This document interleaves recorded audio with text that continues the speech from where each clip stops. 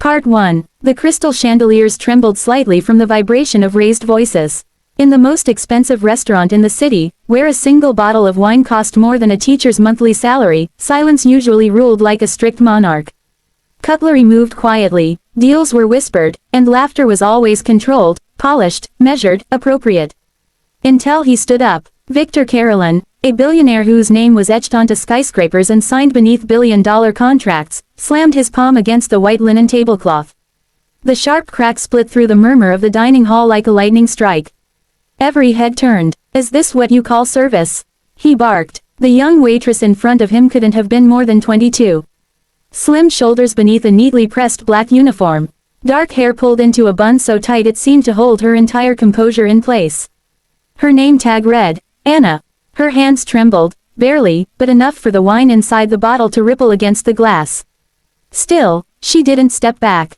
"I asked for a 1982 Bordeaux," Victor continued, his voice deep and cutting. "Not this. Do you even know the difference? Or is memorizing a menu too complicated?" A couple at a nearby table pretended to study their dessert. A man across the hall discreetly recorded a few seconds on his phone before his wife nudged him sharply. "I'm very sorry, sir," Anna said evenly. "There must have been a misunderstanding."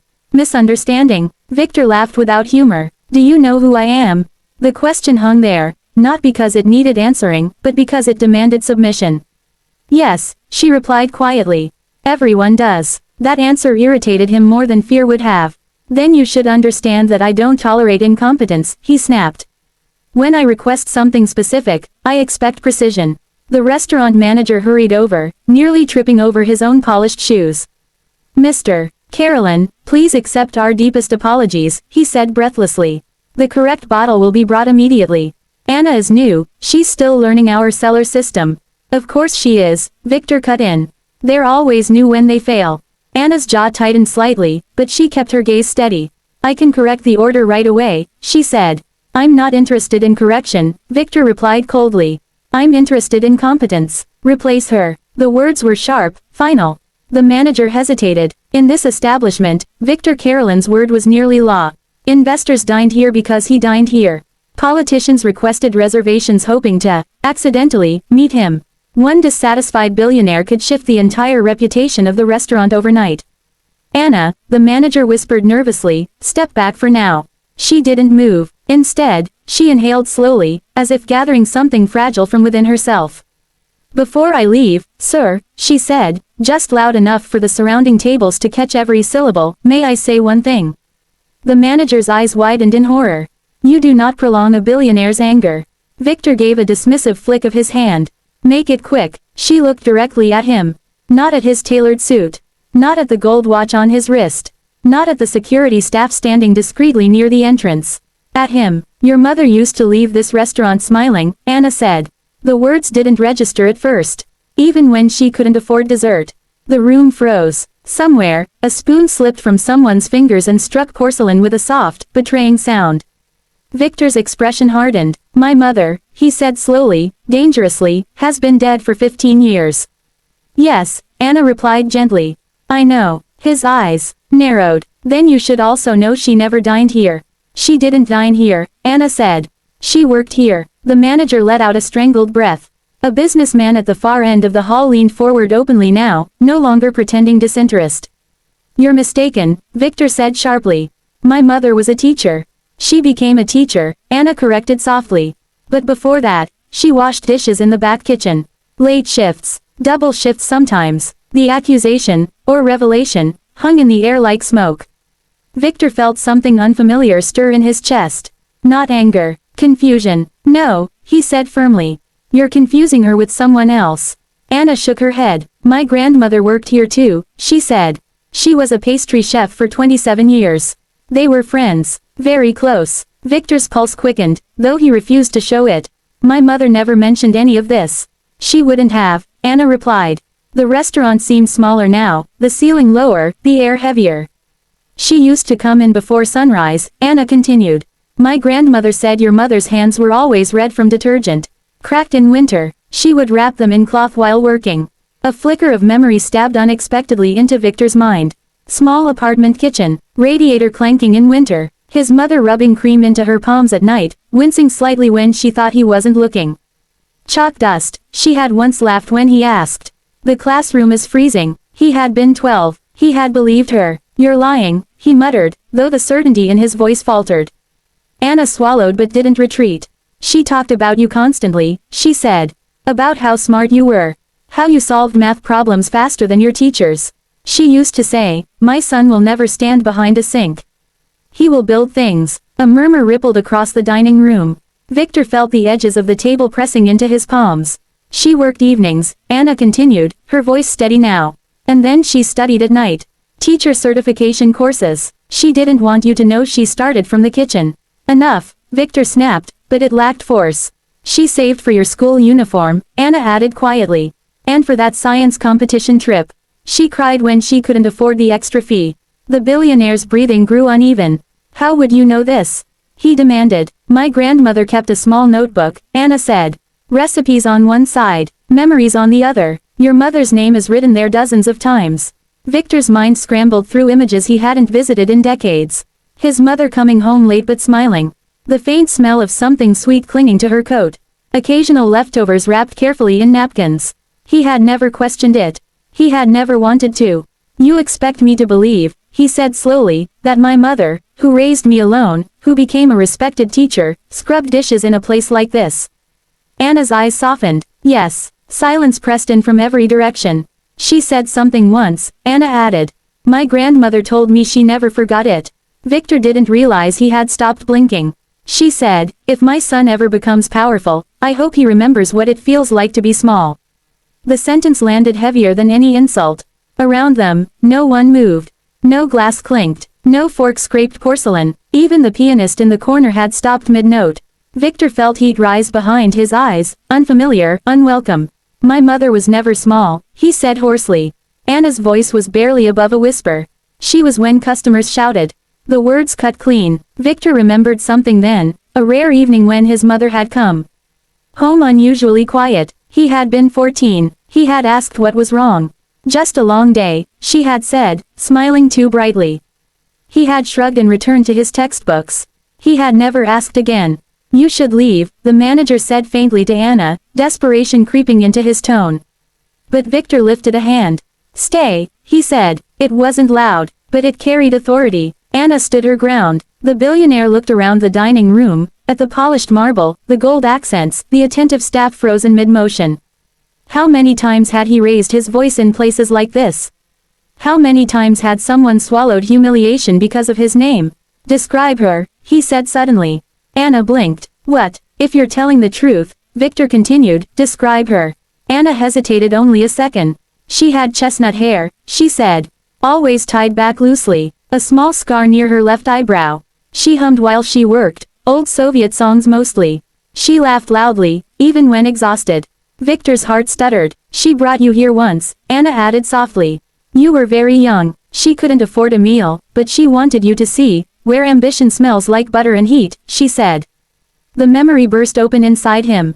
He had forgotten. A hot kitchen, steam, his mother crouching to wipe flour from his cheek. Study hard, she had whispered. So one day you'll sit in the dining room. His throat tightened. The restaurant felt unbearably quiet. Anna's hands were no longer trembling. Your mother was proud, she said. But she was also tired. She didn't want you to inherit exhaustion. Only ambition. Victor stared at her, truly stared. Not as staff, not as inconvenience. As a person, my grandmother always said, Anna continued gently, that success tests memory. Some people forget who carried them. Some don't. The billionaire's chest rose and fell heavily. For years, he had believed his story began with brilliance, scholarships, investors, sharp decisions. But maybe it began with soap and cracked hands. Maybe it began here, in a kitchen, and in that heavy, sacred silence, in the most expensive restaurant in the city, the most powerful man in the room felt something he hadn't felt in decades. Small. Part 2. No one dared breathe. The chandeliers still glowed above them, casting warm golden light over polished marble and crystal glasses, but something invisible had shifted. The air felt heavier, no longer filled with prestige, but with memory. Victor Carolyn remained standing. For a man who controlled corporations across continents, who negotiated mergers worth billions without blinking, he now looked unsteady. Not physically, internally. His fingers were still wrapped around the back of the chair. His knuckles, once white with anger, were slowly losing their tension. Say that again, he murmured. Anna did not raise her voice. She brought you here once, she repeated softly.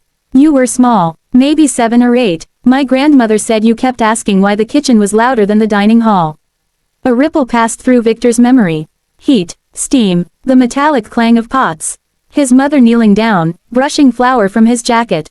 You belong out there one day, she had whispered, pointing toward the dining area. But never forget what feeds it. He had forgotten. He had forgotten everything that didn't fit the story he later built, the story of natural genius, relentless drive, destiny. Destiny didn't include cracked hands. Destiny didn't include detergent burns. You're certain? Victor asked quietly, his voice stripped of its sharpness. Anna nodded. My grandmother kept something, she said carefully. She always said if you ever came back, not as a sponsor, not as a name in the news, but as a man, I should give it to you. A nervous murmur fluttered through the room. The manager shifted anxiously. Mr. Carolyn, perhaps we should continue this conversation in private. No, Victor said, without looking at him. Here, he looked at Anna. What is it? She reached slowly into the pocket of her apron. Every movement felt amplified by the silence of the dining hall. From the pocket, she withdrew a small envelope. Yellowed at the edges. Folded many times. She stepped closer and placed it on the table. Victor stared at it as though it were something fragile, something capable of breaking him. Open it, Anna said. His hands were steady again, but not with authority. With care. Inside was a photograph. 2 young women stood side by side in a cramped kitchen. Aprons dusted with flour, hair tied back, laughing freely at something outside the frame. One of them, unmistakably, was his mother. Younger, thinner, radiant. He had never seen this version of her. On the back of the photograph, written in faded ink. For my video, so he never forgets where we started. The room seemed to tilt slightly. Victor lowered himself slowly into his chair. He did not notice the way every guest watched him. He did not notice that several phones were now discreetly lowered. He only saw his mother's handwriting. She wrote that, he asked hoarsely. Anna nodded. My grandmother said she made her promise to keep it. In case you ever needed reminding. Victor ran his thumb gently over the ink, as though afraid it might vanish. I don't understand, he whispered. Why wouldn't she tell me? Anna's eyes softened. Because she wanted you to walk forward without shame, she said. She was afraid that if you saw where she stood, you would feel smaller. She wanted you to feel limitless. A long silence followed. Victor remembered the scholarships. The way his mother insisted he attend every academic competition. The way she refused new clothes for herself but somehow paid for his textbooks. He had thought it was sacrifice born from love alone. He had not realized it was sacrifice born from exhaustion. She used to come home smelling like vanilla and soap, he murmured. Anna smiled faintly. That was the pastry station. My grandmother made vanilla custard every Thursday. A sharp breath escaped him, half laugh, half sob. He closed his eyes for a moment. When he opened them again, the dining room came back into focus. The guests, the staff, the manager still frozen in silent dread. He looked at Anna differently now. Not as a subordinate, but as a bridge. How long have you worked here? He asked gently. 3 months. And before that, she hesitated only briefly. 2 part-time jobs. My grandmother had surgery. Medical bills. Victor nodded slowly. And tonight? He asked. I needed the extra shift. He glanced at the table, the expensive wine, the imported steak, the perfectly folded linen napkins. A memory rose again, his mother cutting a single apple into thin slices so it would last longer.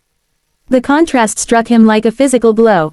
He stood up again. The entire restaurant stiffened, expecting anger. But his voice, when it came, was calm. I owe you an apology. The words seemed impossible. The manager blinked rapidly. Anna looked surprised, but she didn't interrupt. I was wrong, Victor said clearly. About the wine. About you. About many things. A whisper spread across the tables like wind through leaves. He turned toward the manager. Her position is secure, he said firmly.